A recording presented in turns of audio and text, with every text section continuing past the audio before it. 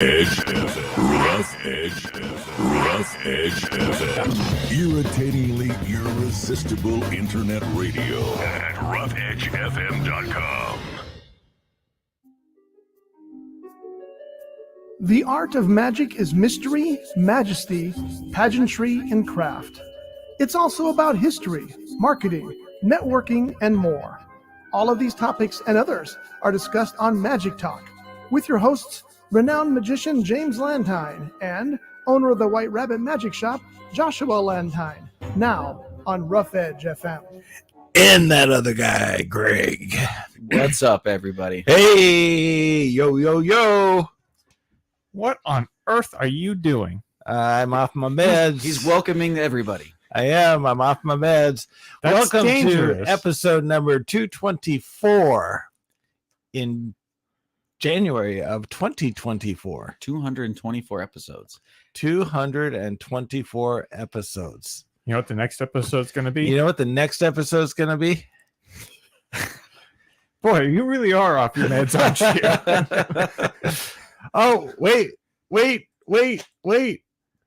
I got so excited. Hey, there we are. There we are.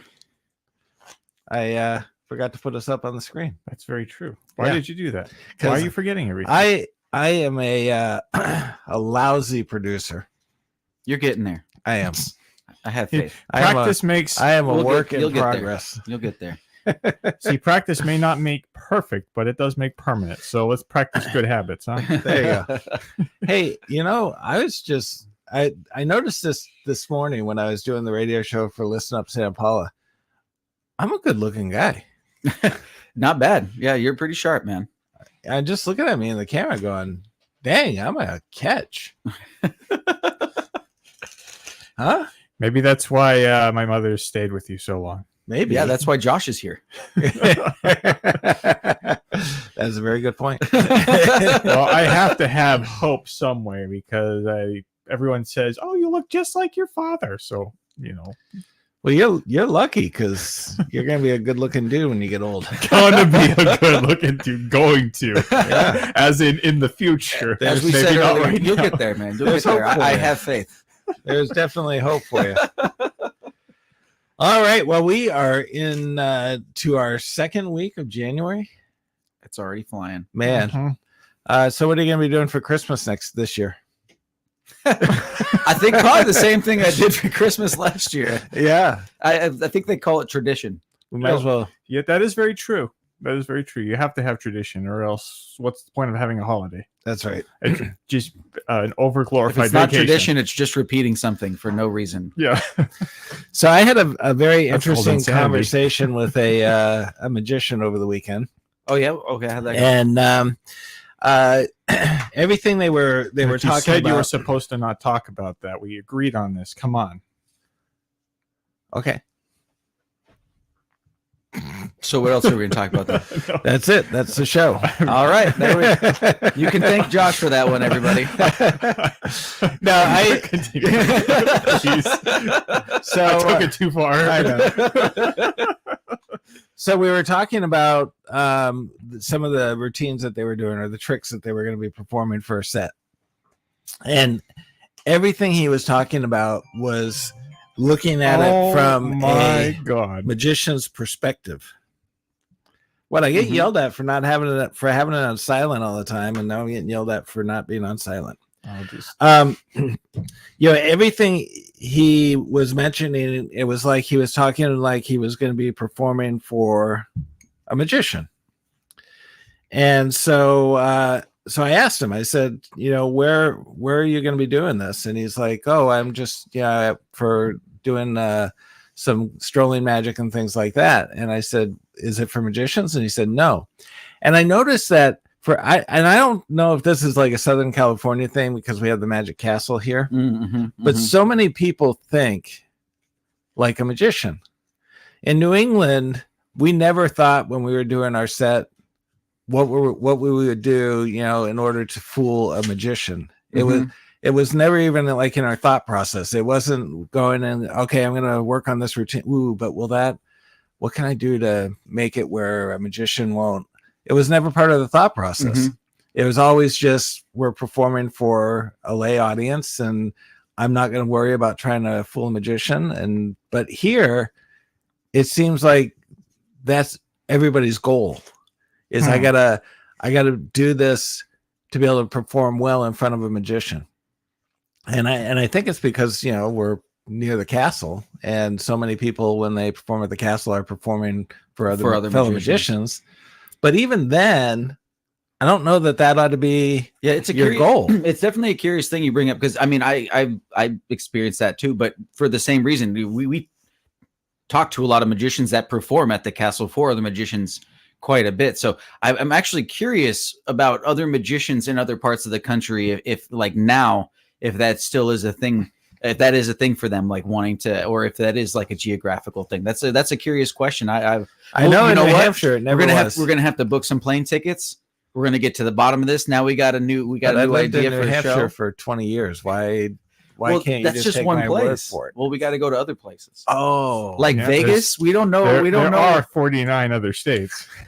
Gotta say, I thought there were 52. What about Vegas? Do magicians in Vegas care about fooling other magicians, or are they just worried about lay audience? Because they get quite right. They get quite a few lay audience members every day.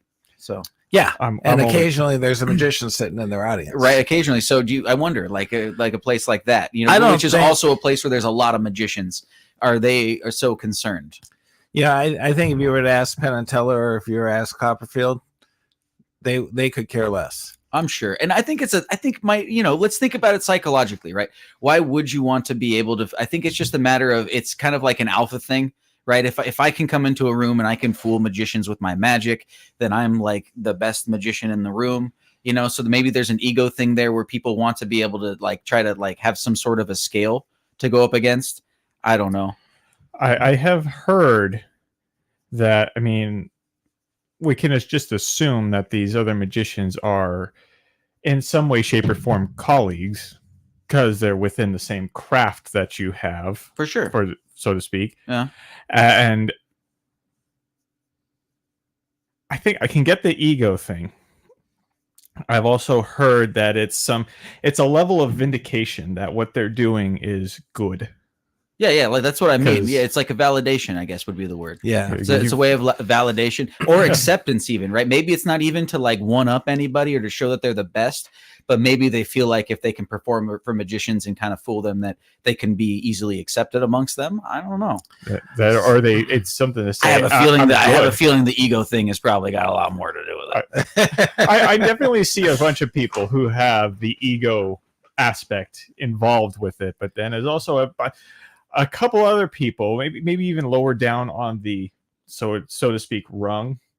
It's more of like, oh, I actually am good at this because I can get away with it with people who are in the know, so to speak. And like you said, it's like the validation, the vindication that yes, what I'm doing, I'm good at it.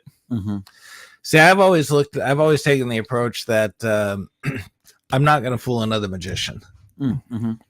But I hopefully will entertain them. Can I say something that might make everybody angry? No. Well, this is something via Bob Bolivar. No. It is easy to fool a magician. I'm going to say that. It is incredibly easy to fool a magician, and I can tell you why. Enlighten us. Go ahead. Okay. So. Well, no, I don't want to be enlightened, because if it's from Bob Bolivar, it's going to anger a lot of people. And we're trying not to alienate our audience. We love you, Bob. Well, I shouldn't anger a lot of people, but I just to say it's going to put an arrow or a bullseye on my back, because you only have to do it the way other magicians don't do it. And that's it. That's how you fool a magician. Well, I know, like, one guy was spending his whole time pretending like he was doing an Elmsley count, and then at the very end he basically showed the cards to show that no, this is not an Elmsley count. I was just doing that to. But for a normal spectator, they'd be like, chops. "Oh yeah, yeah." So, well, no, he was intentionally performing in front of magicians. Gotcha. So he deliberately did something to make it look like he was doing an Elmsley. I've done such things. Yeah, and there you go. You just fooled a magician. So Ta-da! yeah, and then at the end when he revealed that it wasn't an Elmsley, everybody went, "Oh, got sucked into that one." But yeah, You fooled the magician. There you go. I know. But again, That's the thing. That's the reality is you're more than likely not going. I mean, yeah, there are some things I get fooled, and I actually enjoy being fooled, and I'm not afraid to admit when I'm fooled. But that's not my goal. It's like if I can entertain you, even if you're not fooled, then I think I did my job. So now, counter question: is that an ego thing?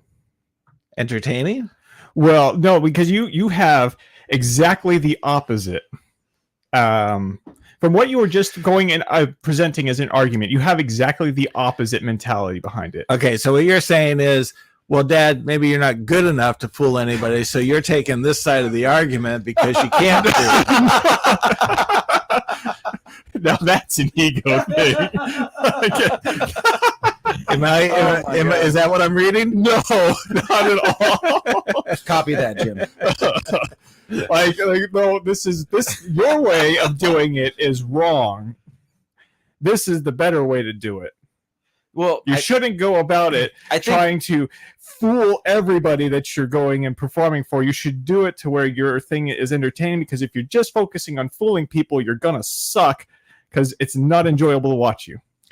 No. But that's important to understand, though. It's not because he sucks. It's because that form of entertainment is sucky to watch. See, that again, that's the thing. Right. So it doesn't have to do with the skill level at that point. I had an interesting kind of like thought the other day when because I love levitation. I love doing guys, I love doing thread magic and stuff. And I was floating a bill and I had an epiphany. I was like, if I actually could float this bill right now, or whether I was using the string, it wouldn't matter to the person if the context wasn't there. If I'm just like, hey, look at what I could do, just like anything else, even if I'm actually doing it with real magic, the person wouldn't care. They would just assume I'm using any method. Or if it has to have context, it has to be entertaining. It has to be at least captivating in some way, no matter what it is, whether it's a shell and a pea or floating $1. It's kind of a curious thought, right? Like, yeah, that makes sense. If you can actually do it, they'd probably care just as much. Well, because it's like they're not So supposed what? to know. Yeah, correct. Are you actually doing it? Is it a trick? Exactly. Yeah. So, man, you may as that's the kind of funny thing about that. So it goes back to the whole thing of, I mean, we've all heard this. Why run when you're not being chased? Mm-hmm. And I think if your premise is on trying to fool a magician, you are going to run on a whole bunch of stuff when no lay audience is going to chase you. Yeah, and if it's card magic, they'll probably start falling asleep. Well, I found card magic is boring. Not just that. It's just I find a lot of card magic designed to fool magicians isn't the most entertaining for a lay audience. I know I'm jumping out on a huge branch here, and I'm probably going to upset a lot of people that are like hardcore card people. And don't get me wrong, Joshua. I don't find card magic boring, but I can tell you the times when I've seen very fooling, we'll just say, routines. They tend to have a lot of procedure or steps to them that, in my opinion, for a lay audience, you can do much less to get to elicit a very similar reaction. If you're not worrying about fooling the fellow brethren.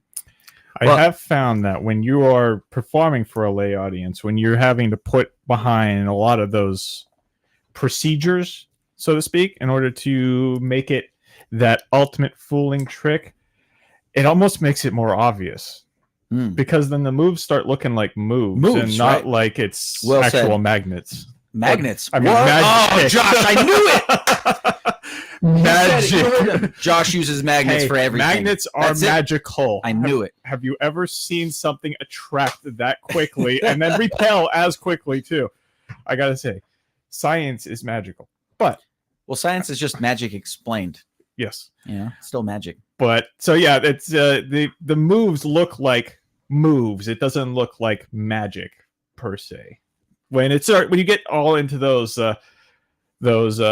movie things, when you're starting to get all knuckle busting, when you too knuckle busting, You know, knuckle busting is all I do it a lot, so I- it's not like it's bad, but it can be too can't- much. I can't stop looking at myself.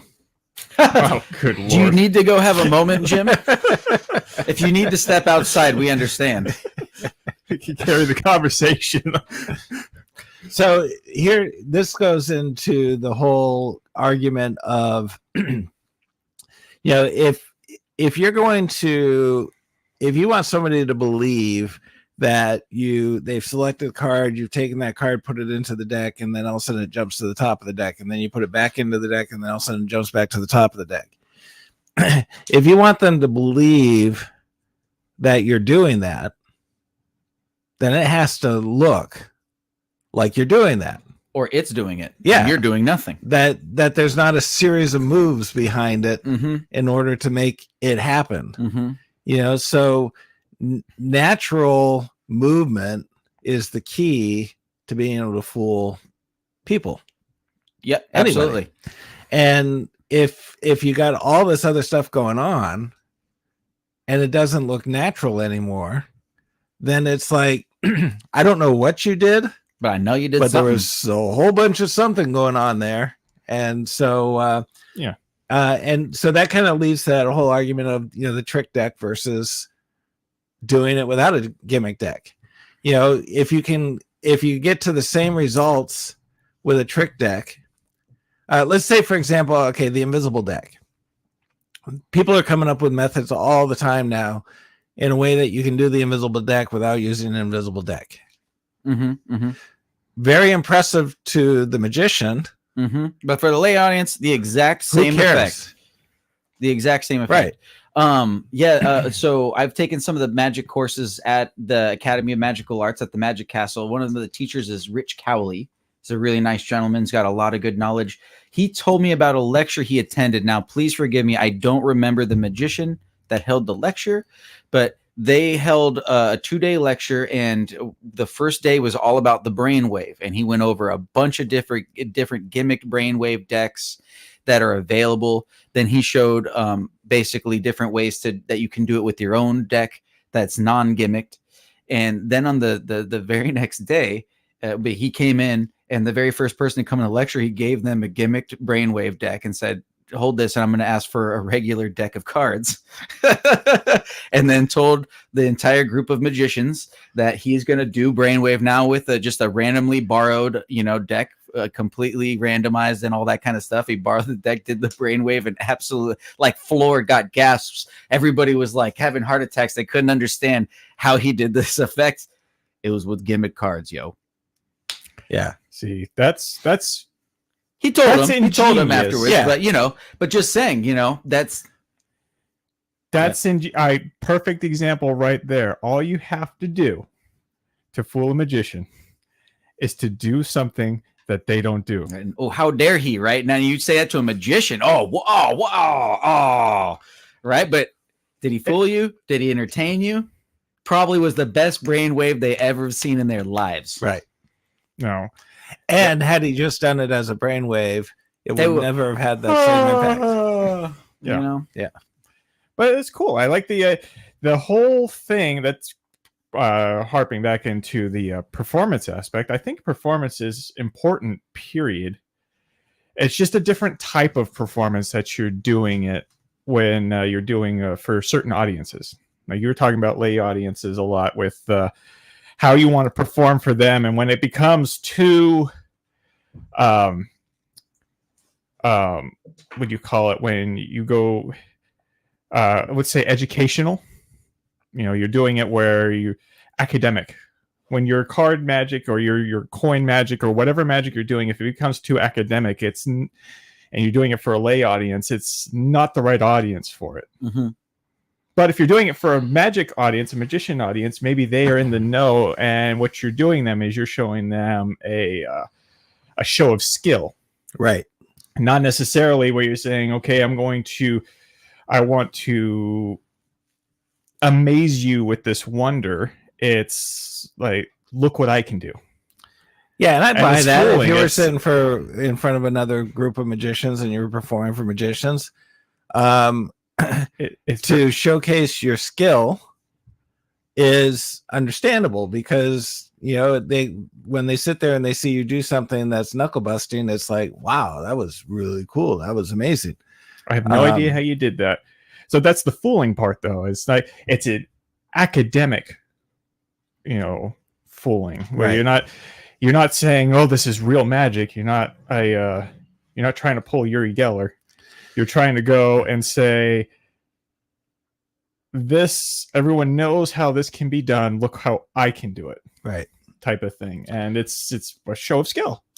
And I guess just to wrap this thing up, my whole premise or my whole point with this guy that I was talking with was that we perform for a lay audience.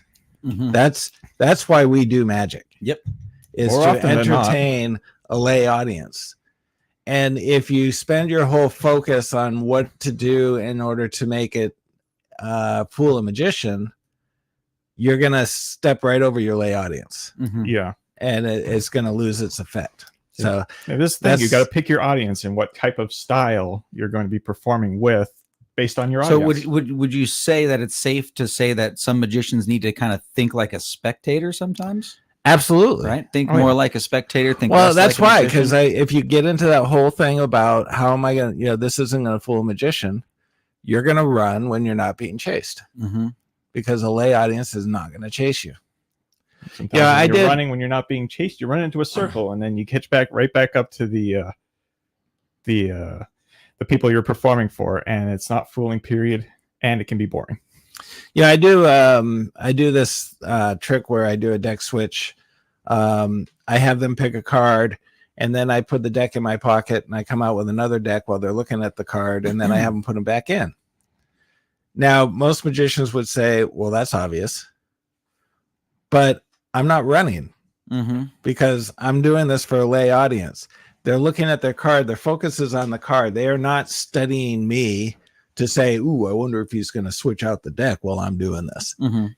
That's not even in their mind. And if I come out with it, I've done things where the deck was in my left hand going into my pocket, and now it's in my right hand. They're just not there. And if you're not worried about it or you're not scared about it, then they aren't going to worry about it. But if you're panicking and you're like, ooh, I gotta hide this, then you're just calling attention to yourself. 100%. If you're taking that time too to hide it, you're not taking time on your presentation or to focus on the presentation of it, and that draws attention to it as well. Yeah. Yeah. For sure. You have to be able to. That's the one thing about it's not necessarily misdirection all the time. It's just understanding where to direct and when to direct their attention to do things. The other conversation that we had at our Magic Burrow on Sunday is that we ask our audience to believe in, we don't ask them to believe that I am doing real magic. What we ask them to do is for this moment that you're watching what I'm doing, step from reality and believe in the magic that's happening.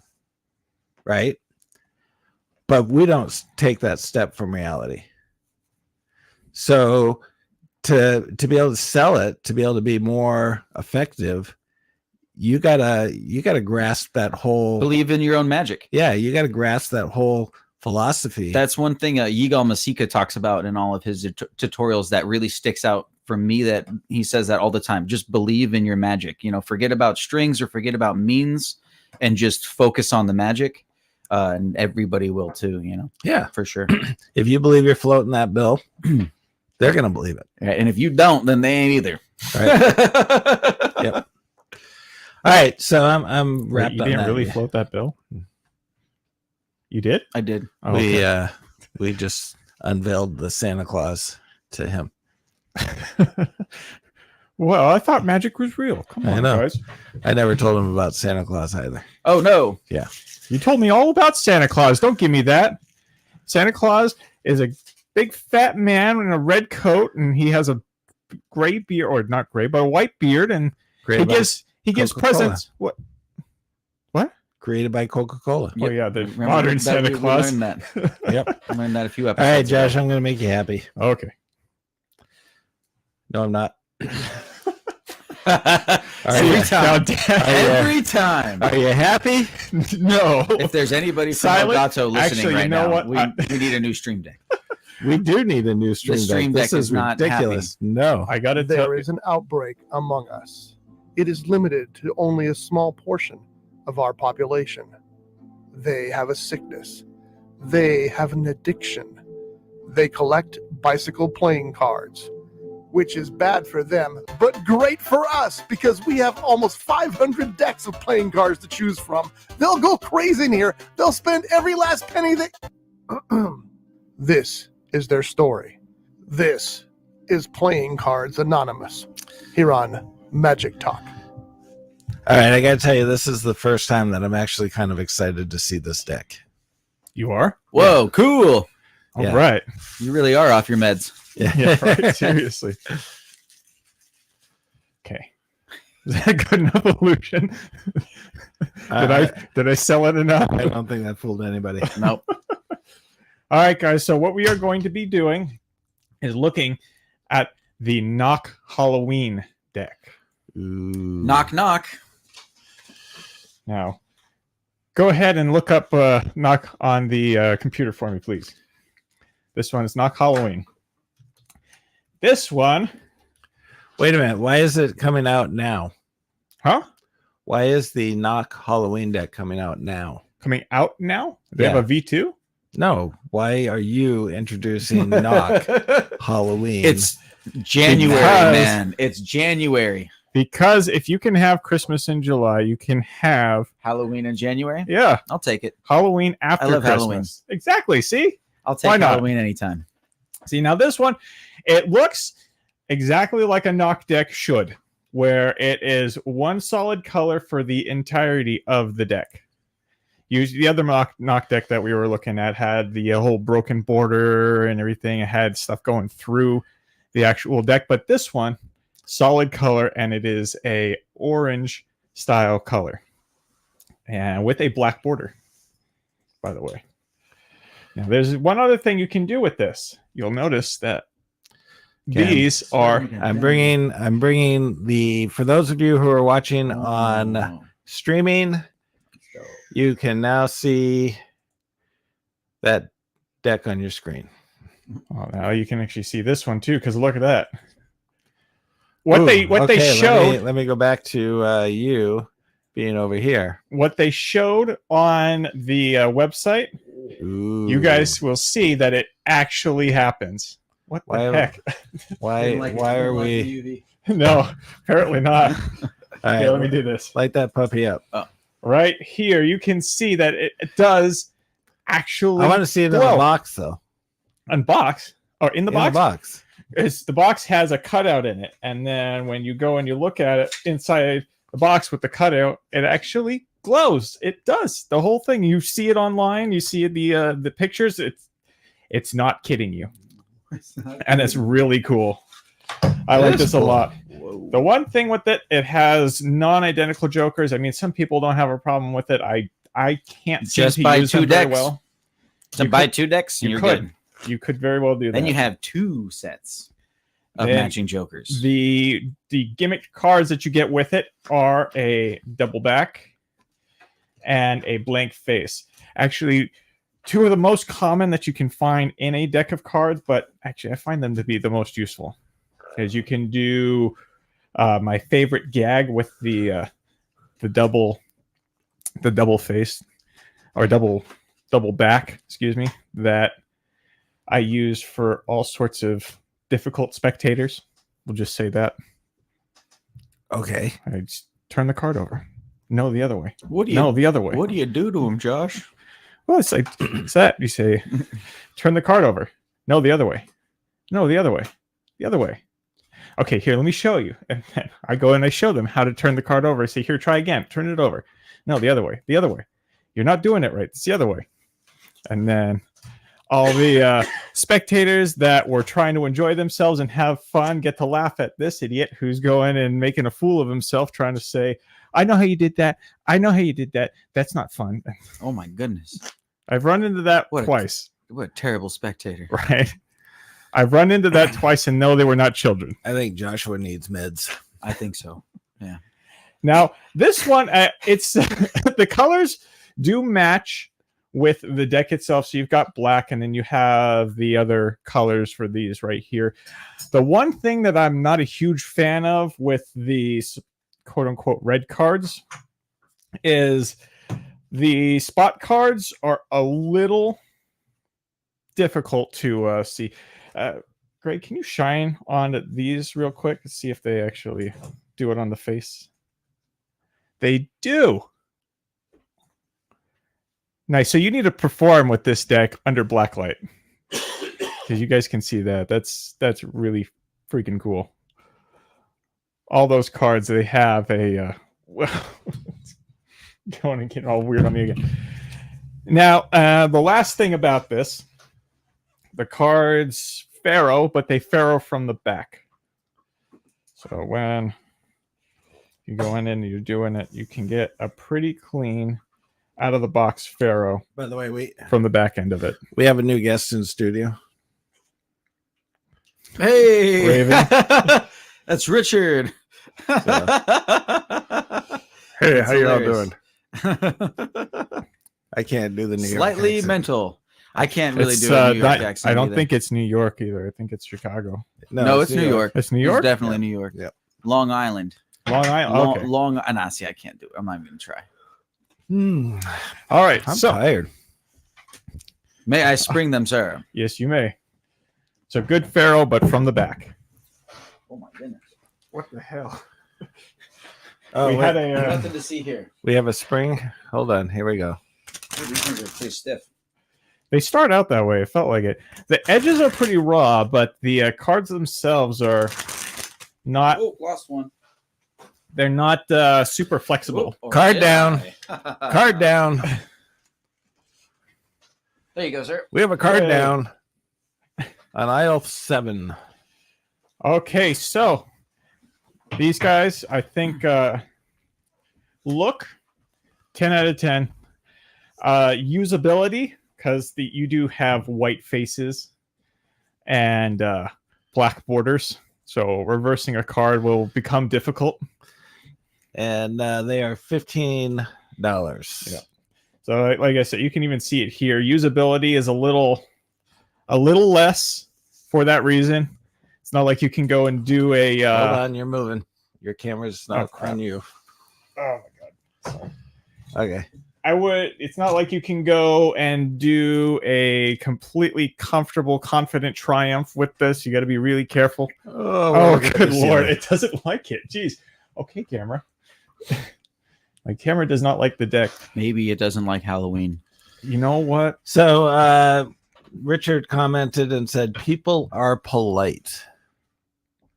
What does that mean? I think he was Usually. talking about when you were talking about when you like to switch decks and when you kind of do it more like you just put one in your pocket versus the other, and people, it flies by people. I think he was saying that people are polite, meaning that people may be seeing stuff, but they're very polite, so they might not be saying stuff. Also, when I was talking about how they had a difficult spectator who I used the double back card on. Sometimes. now that I was, ran into two. that was after this comment. Mm-hmm. Yeah, I think Um, that's what he was referring to. saw I that don't pop know up that right I necessarily agree with the I mean, people are polite, but I still think you can get away with a lot more if you're not worried about it. They're not worried about it. Correct. Oh, I don't disagree. I Yeah. don't disagree. Like I said, it's about managing the attention. You know, if you hand somebody a card and say, show everybody and sign it, everybody's looking at that card. I mean, Right. you could ditch it in your hat for all you. Right. And obviously, you're watching everybody as well, so you know when the opportune moment is. It's not just like a. Anyways, Yeah, I have this ring box Most that people are polite, yeah. I have this ring box that I take somebody's ring, I vanish it, and then I put the box on the table. mm-hmm. And at the end of the show, if you ask them, that box was on the table the whole time. Mm-hmm. Yep, that's the yep. You know, and I think, yeah, maybe there's one guy out there that was smart enough to take and realize that, oh, he brought it out after the ring disappeared. Mm-hmm. But if you ask most people, that box was there on the table the whole time. Mm-hmm. And Yeah, I watched Doc Eason at the bar one time where he did a card underneath the glass. I've seen him do it in the cellar. It's really good. He didn't do it once. He didn't do it twice. I know he does it so many times. He did it like 4 times. Uh-huh. And every single time the card, people were like, "Oh my God, it's under the glass again." Mm-hmm. And I'm looking at it going, dude, just look at the glass. You know? I'm not going to lie. I think in his routine, even he tells you to stare at the glass. I'm almost positive. He says, don't take your eyes off the glass. I don't remember that part of it, but it was like, you know, if you look at the glass, because as soon as he sets the glass down, he's putting the card there. And he goes and he talks for another 30 seconds. And then all of a sudden it's like, whoa, hey, the card's back. It's like, well, okay, once I get it, twice I can even get it. But by the third time, you're damn straight. I'm looking at that glass. And he just blows everybody away with it. Because he still is my point. Yeah, he still gets it under he there. Doesn't run because he's not being chased. And he knows where their attention is. Yeah. He just knows where their attention is. Yeah. And it's like, and you know, he's not fearful of it. He's not like, oh my gosh, if I do this third time, am I going to get caught? He just does it. Mm-hmm. And he doesn't pay 1 ounce. He doesn't give it 1 ounce of energy. He doesn't, you know, he just sets the glass down. And I guarantee you there's a good amount of people that watch him put it under there too. Meaning, you know, there's some people that aren't going to be reacting as hard. And those people aren't going to walk up to him afterwards and say, I saw you putting it under the glass there. Right. Just to let you know, I saw it. You might catch most people are just they're in a very gonna blue get mood. up and leave. Yeah. Most people are just like totally blown away by it. It's great. Like, dude, if you guys haven't seen Doc Eason do card under glass, look it up, YouTube it, whatever you got to do. It's awesome. So he's a master. Why we got Joshua pronounced on here? Because the engineer fell asleep. So I mean, the producer. Yep. Anyway, so that's we resurrected that whole conversation after I said we were done with it. Yeah. But so that was my surprise. How did Greg. Halloween go and cause all of that to come up into your head? I think it was there already. He was just trying to circle back to it. I don't know. You don't know? I really don't. Okay. Neither do I. I'm like totally foggy brained. That's how I get it.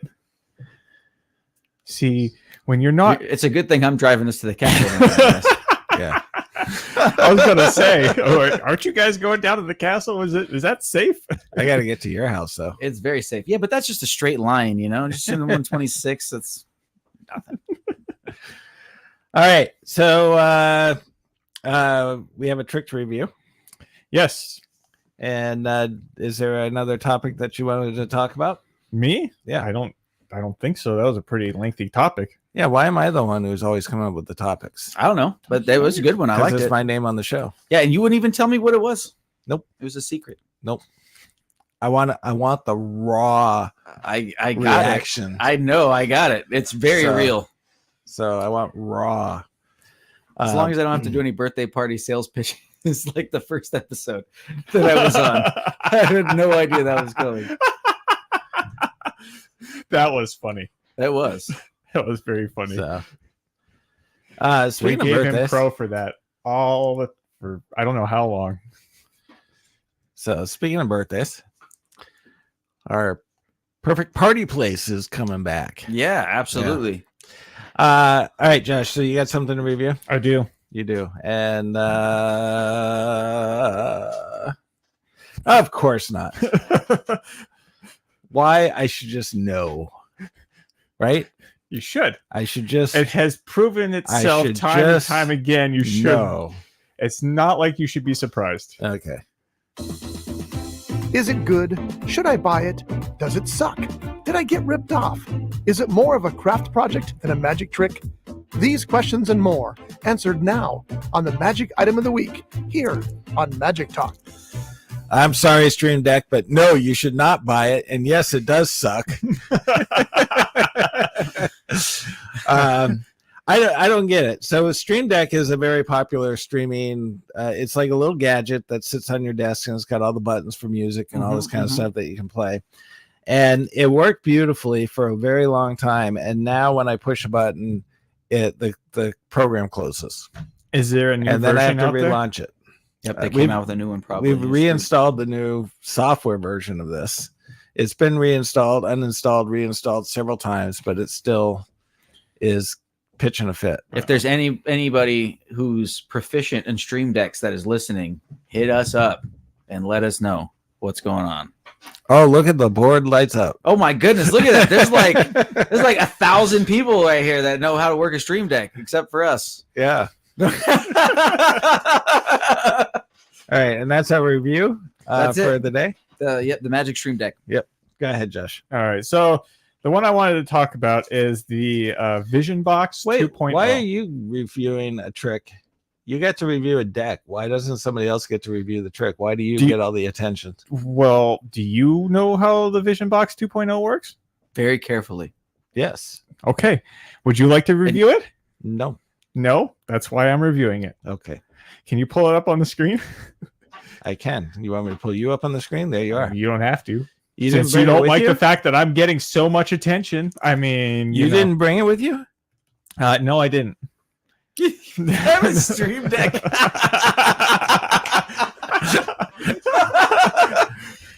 Do you guys actually sell Stream Decks at the White Rabbit? Let's go downstairs and get a new one then. Right? Seriously. Dip into the inventory. Pick it out of the system. All right, my bad. I was looking up Stream Deck in the search. What is this? Vision Box 2.0. All right, Vision Box 2.0 sells for $75. Yeah. And this one, what it is it's like the Clarity Box, actually. If you know what the Clarity Box is, it's a clear box that has a folded up playing card in it, a Mercury folded playing card. And what you're able to do with this box is you're able to grab the card and pull it out of the box, and it can be anything.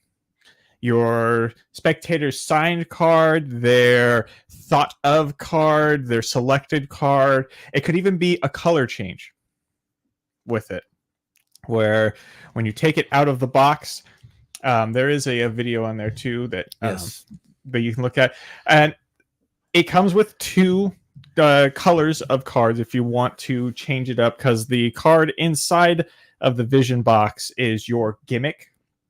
And it could be either red or blue. So to be clear, though, this has to be done with blue or red backed, bicycle backed playing cards.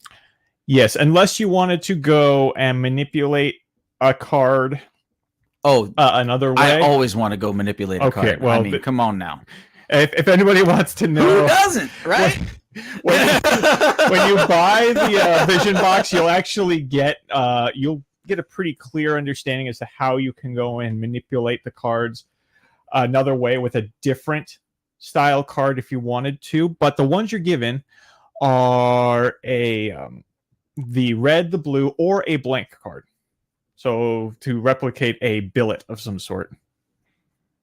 And, Okay. So good. So for when you say it's mentals, like too. a Clarity Box, it's not, it's basically the size of a Mercury folded card. yes. So it's not as tall. No. And in the Clarity Box, you're tipping the box over Yes. to supposedly dump out the content.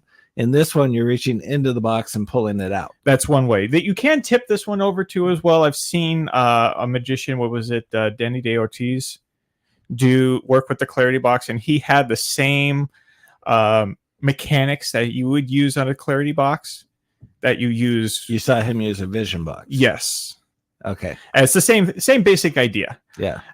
This one, it relies a lot. I mean, the Vision Box does too, or the Clarity Box does too, but it relies a lot on gravity in order to make the move happen when you're doing it. But He's talking with David Copperfield in the video. oh yeah, he has. They did something with David because I think he worked with David on the number one, Vision Box 1, or it was just for the Vision Box 2. I couldn't quite tell based off of what they were what they were talking about. But it was all talking about how, or at least one of David's things that he was saying was, when you make something, you don't just put it away. You make it, you put it out there, ready for distribution, ready for the magic world. But then you go back to it every once in a while and you try to make it better.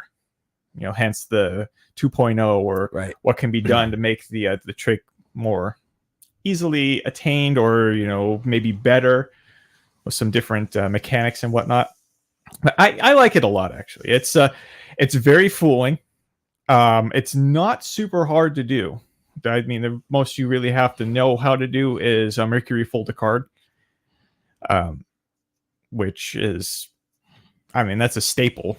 Everyone should know how to do that one. Yeah. And, one thing to keep in mind, too, if you do want a Mercury fold a card, don't be afraid to score it. That's a good tip with it, too, because it makes it, when you score it, you don't have any any question as to whether or not it's going to be perfect. That's one thing I've always noticed with a Mercury folded card is it going to be perfect? How do I make it so that the card is going to be crisp? Those nice even folds the way you want it to be. And that's basically the way to do it, is to score it and give you the guidelines to folding it. So I had next week's topic. Yes. And I forgot. Oh, cool. So Just in and out, huh? Yep. So is it good? Before we go on to I'll give you some time to think about it. Well, no, I don't need that much time because you'll go on forever. Oh, but is it good? Yes. Should you buy it? Yes. Okay, you can buy it here at White Rabbit, your favorite local magic shop. Is it a craft project? There's a little bit of craft involved, but they give you everything you need in order to build it. Nice. You're not having to go to Michael's or Hobby Lobby to go and pick up a bunch of different stuff. I love doing that, though. You do? I do. Yeah, Greg is. Well, we need to get Greg some Sans Mines then. Yeah. Oh, I got some. Those are some craft projects. No doubt. I got some Sans Mines for sure. All right. Sans Mines, let's see. Yeah, I've got plenty. The watch, the table, the Rose Act, right? Yeah, lots of Sans Mines stuff. So I need to see your Rose Act. You were talking about that the other. Oh yeah, I did a little sequence with some coins. I'll show it to you. Yeah. Mm-hmm. Okay. So what's next? Have you ever actually seen anyone perform anything on that thing before? No. Oh, cool. No. There you go. I did. He was on AGT. I was gonna say other than Will. Yeah. Yeah, I saw that. Let's see. What was next week's topic? Yeah, I honestly don't know. You don't remember? It was a good one. It'll come to you. I probably not, but it would have been a good one. It would have been a good one. It would have been a come good back. Shoulda, coulda, woulda. one. So, all right. Greg, anything you want to add before we close? Nope. Perfect. Beautiful. Josh? Make sure you come on down to White Rabbit to see everything new that we just got in from Murphy's Magic. We got a restock and we got a couple of new amazing tricks, even though one of them you think is useless. Yeah, come down and see 2 handkerchiefs tied into a knot and not stay tied without any gimmick. Hey, Oh yeah, I'm buying that. I'm actually buying that. See, hey, if you think that I say things that are going to alienate us, go ahead and crap on Slidini. I didn't say Slidini. I just said, come watch 2 handkerchiefs untie themselves. And now you said You it. just so threw, now, I know you threw him out there, Josh. He was protecting him. He totally threw him right under the nobody bus. knows. He totally took me and threw me at the bus. Terrible. I think he threw Slidini under the bus. Well, yeah, but he's gone. I'm still here. Wow. Anyways, that A is lot of magicians really like Slidini. I know. I do too. Slidini. I Man, do too. Slidini's awesome. So I wasn't dissing him. I was dissing the fact that you bought a box with 2 silks in it. 12 of them at that.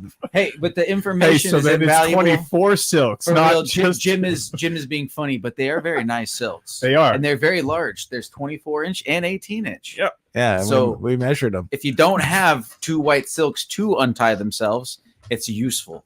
So you may need this. They may need the silks, Jim. Okay. All right. They may need it. Not everybody has a magic shop like you guys. And That's they so were true. With a plethora of silks everywhere for them just to be able to pluck from the clouds and be able to do whatnots with, and they were That would they be- were officially measured. That would be an amazing magic trick. Go and have a cloud and you just pluck silks out of the cloud. That All right, would don't be- tell David Blaine, all right? He's going to get his balloons out again. Fire up the balloons. Can I end the show now? I guess so. All right. But we're having so much fun. I know. All right. Come on. Thanks, everybody. I hope y'all enjoy the show. We'll talk to y'all next week. Until then, stay safe and remember, At White Rabbit Magic, we believe in magic. that would have been beautiful if the ad just like started right up at that point. That would have been Wouldn't amazing. that? I mean, that would have been the like perfect tie. wow. That just flowed right into there. Let's try that one more time. Remember, at White Rabbit Magic. We believe in magic. Close enough. Oh, that was so much better. Abracadabra, hocus pocus, presto. Pick a card, any card. Some words are magic. They sparkle with the promise of something wonderful. But they're still just words until you add that something wonderful to the mix.